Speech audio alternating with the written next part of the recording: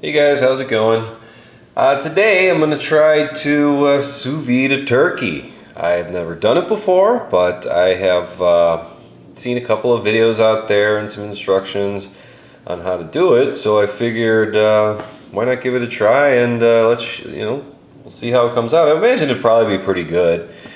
Chicken and pork and all sorts of other white meats wind up tasting great when cooked this way, so why not try to do the old Thanksgiving bird here and make it taste better than the usual dried out crap you get at Thanksgiving that's cooked in the oven. So first thing I'm going to do is separate the breast meat here and the leg meat. We're actually going to cook these at two different temperatures. The breast meat going to be at 145 just like chicken, and the dark meat, the leg meat, is going to be cooked at about 160. I'm only going to cook it for about, I would say, 3 to 4 hours. That's pretty much going to be it. Before I cook them though, I'm going to let it brine overnight in a 1% equilibrium brine. So that's going to be the step I take after carving this up. Brining allows your white meats to get a lot juicier and adds a little bit of salt flavor to the meat itself. So let's get started, I guess.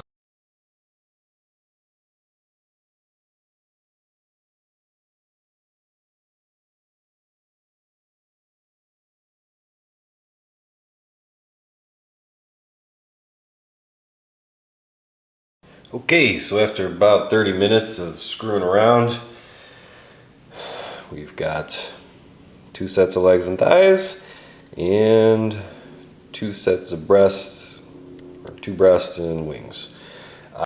Next part, we're going to brine this overnight. So first thing you want to do is get out your scale. Alright, first thing you want to do is get your tare weight going, set it to grams, because this is so much easier using the wonderful metric system. So we'll find out our total weight of our turkey. This was an 8.5 pound turkey. It was the smallest one I could find. I don't want to ruin my appetite for actual Thanksgiving. So it looks like we got 2,153 grams of turkey here, or about 2.15 kilograms. So we're going to take that 1 second and apply it to our total weight of our water. I filled up my container here with 5 liters of water, which comes out to 5,000 grams. We're going to add that to our 2,153 grams of turkey. I'm going to subtract out 153 grams for the bones, just to make it a nice, simple, even number. Okay, come out with 7,000 grams. I want to do about a 1.5% concentration, so I'm going to multiply that times 0.0015, or 1.5%, which gives us the final amount of grams of salt that we need to add to the mixture. So I'm going to add 105 grams of salt to this water, and then I'm going to add the turkey to that. And, well, I'm going to dissolve the salt in the water first. Once that's fully dissolved, and like I said, this should be cold water, I'm going to add the turkey to that and then refrigerate it covered overnight. Okay, got my salt. Let's grab a whisk and start dissolving. This may take a while since the water's cold, but eventually dissolve it so that there's 0 crystals in the bottom of the pan. Okay, you'll know when you're done because your water turned clear again, which I think you can kind of see from this here. So after that, we just plop all our turkey in. It's brining. We're going to pop this in the fridge overnight. We're going to cover it up and then pop it in the fridge, and then I'll see you tomorrow. Okay, it's tomorrow and the brine is done. What I'm going to do now is dry these off very well before I sear them. Just going to do a quick sear. Try to get the skin a little crispier. I'm going to sear them now, and then I'm going to sear them after the fact of sous videing, and hopefully the skin will come out nice and crispy. I'm just going to sear them in a pan with some ghee, and after I do that, I'm going to add them to a bag and put some fresh herbs on the meat side. of the meat. I'm going to dry these off and get these hopefully nice and brown before I put them in the bag. We'll see how that goes. Never bothered searing these turkey breasts ever in my life, but I would imagine it's pretty similar to chicken. Turkey breasts are pretty large, so I'm only going to be able to do one at a time, which might be a bit time consuming, but I think it'll be worth it to do it this way.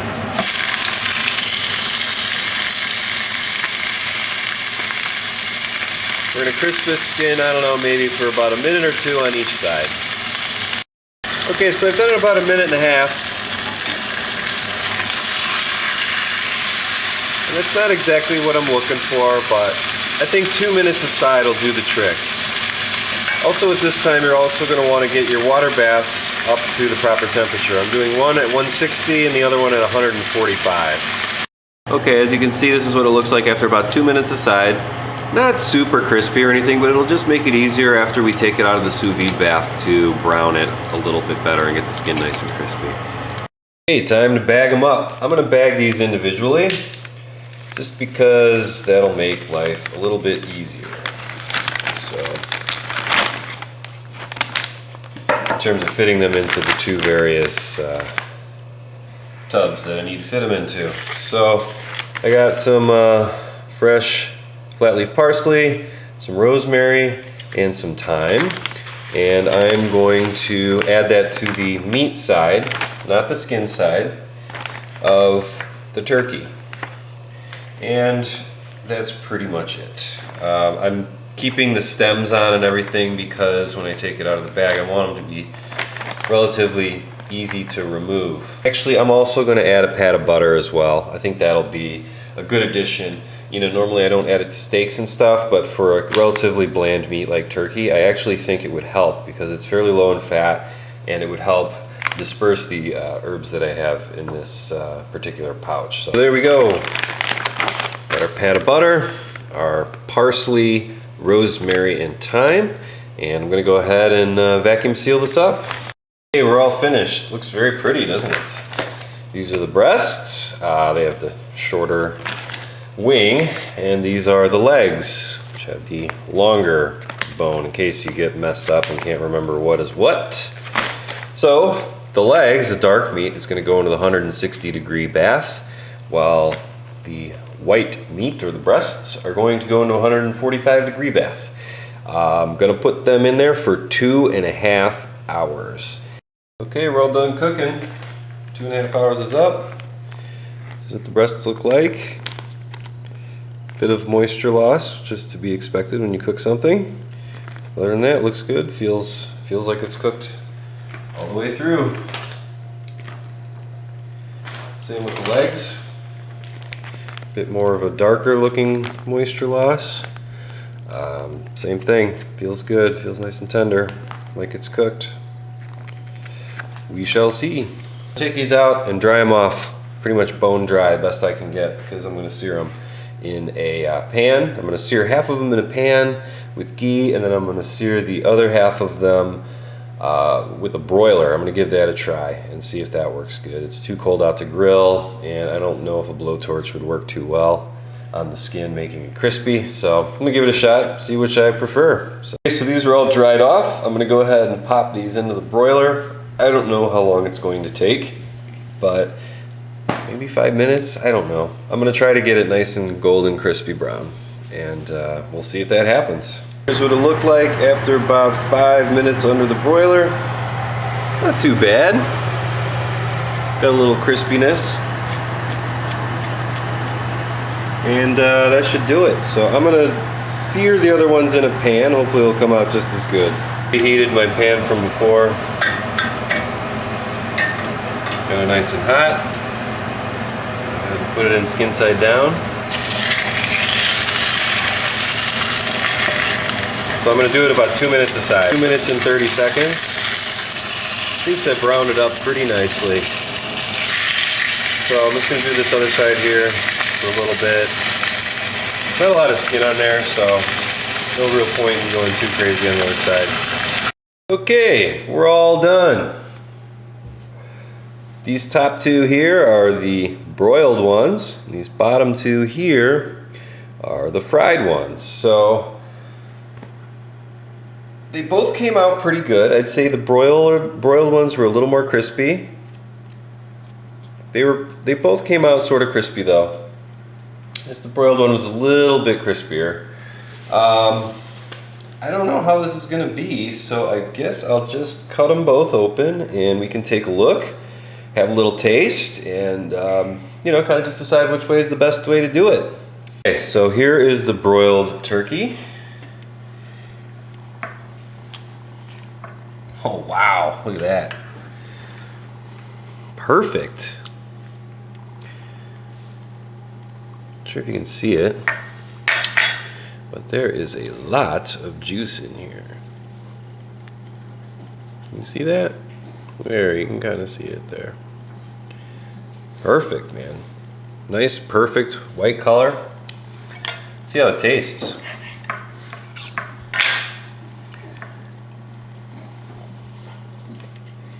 Wow. Oh my gosh. That is like the best turkey breast I've ever had. Holy cow. It's like eating like a lunch meat turkey, right? It's so tender. Oh my god, that's so good. Okay. That was awesome. Let's see if the fried one came out that way. I'm guessing it did.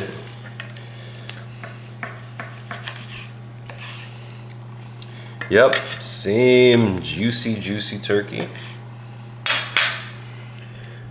Can you focus? Look at that juicy juiceness. Oh man. All right. See what you prefer.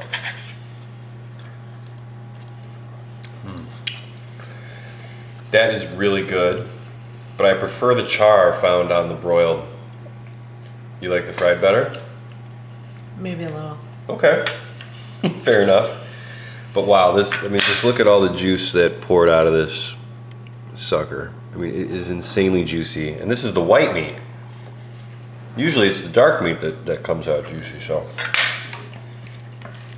Let's take a look at that. This is a turkey breast cooked at 145 degrees for 2.5 hours. See if we can somehow, there's a lot of bones on here. Let's see how we can do. Okay. Now don't be alarmed.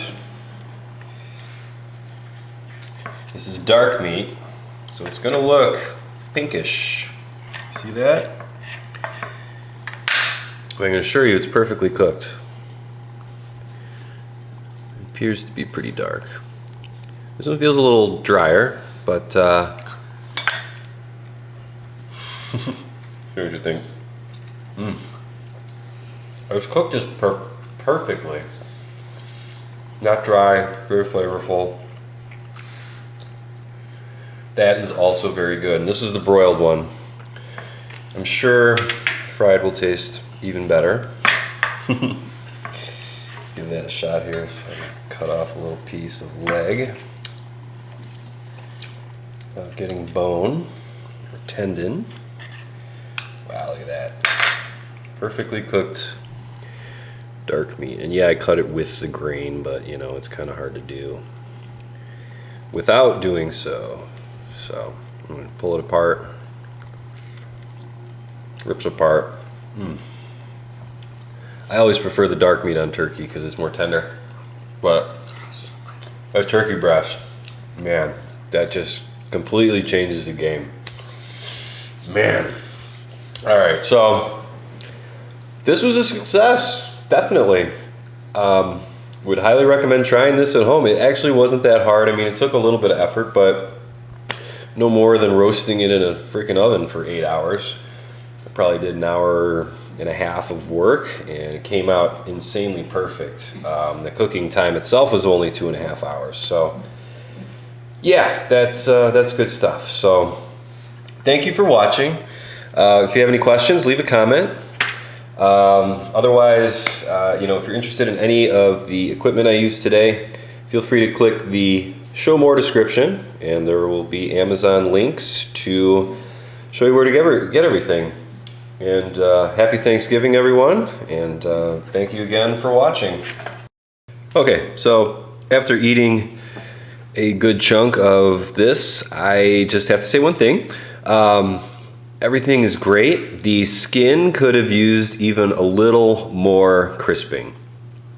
Leave it in there a little longer, fry it a little longer, get it really, really crispy. Other than that, it was amazing, and I really enjoyed it. So just wanted to add that to the end after eating pretty much an entire turkey breast myself. So thanks for watching. Bye.